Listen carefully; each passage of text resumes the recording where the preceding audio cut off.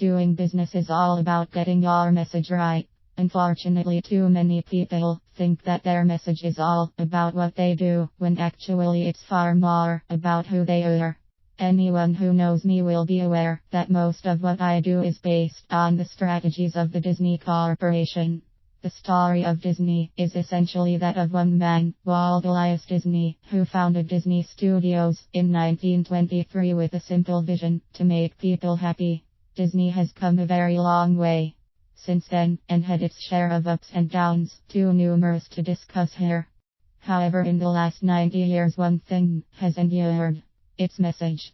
In the early 1960s, Walt Disney began buying up small parcels of swampland to the south of Orlando, Florida, with the vision of creating a theme park destination to rival all others. By the time he was finished, this totaled 28,000 acres.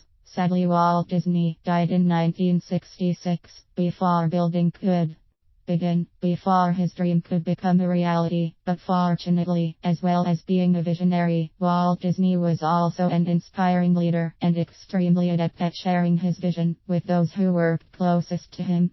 The only reason we have the powerful brand that is Disney today is because the Walt Disney instilled his ethos into all who worked with him, so even after his death they all knew what his vision was. The fact that its founder wasn't at the helm anymore didn't impede Disney's progress or dilute the original dream. Today the Disney message is as strong as ever. We all know what it stands for and what the business strives to achieve. We all know what the brand represents. The message is clear. It's not about what you do, it's about how and why you do it.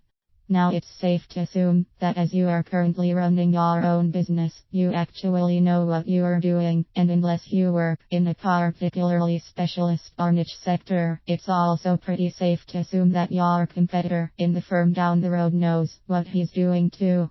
It's not knowledge that will set you apart from your competitors, it's how you go about imparting that knowledge. Take a look at your own business and ask yourself why you do what you do and what you want to achieve by doing it. What does your business stand for, and what standards do you set yourself and your employees? In other words, what is your ethos? The underlying message of your business is, if anything, more important than what you do. Some people call it a mission statement, but we prefer ethos, which means characteristic spirit. Whatever you decide to call it, it should be the driving force behind everything you do. It sends a clear message to your clients, employees, and the wider business community. It defines your brand. It becomes your reason for being. Your ethos is all about who you are and the standards you want to be known for. It's so important because if you don't know what it is or have not defined it clearly enough, you'll struggle to do business. Why?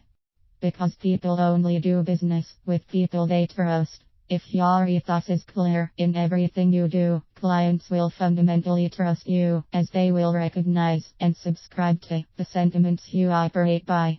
This supposes your ethos is a positive one, of course. Let's face it, no one will want to do business with someone whose ethos is charged as much as we can for as little as we can get away with. Your ethos should clearly and concisely convey the direction you want your business to go in. Your ethos should reflect your true passions and values. So step away from what you do and instead decide what your business is all about. Make your message clear, make it true. Then make sure everyone knows what it is. Your ethos should be something you're proud of after all.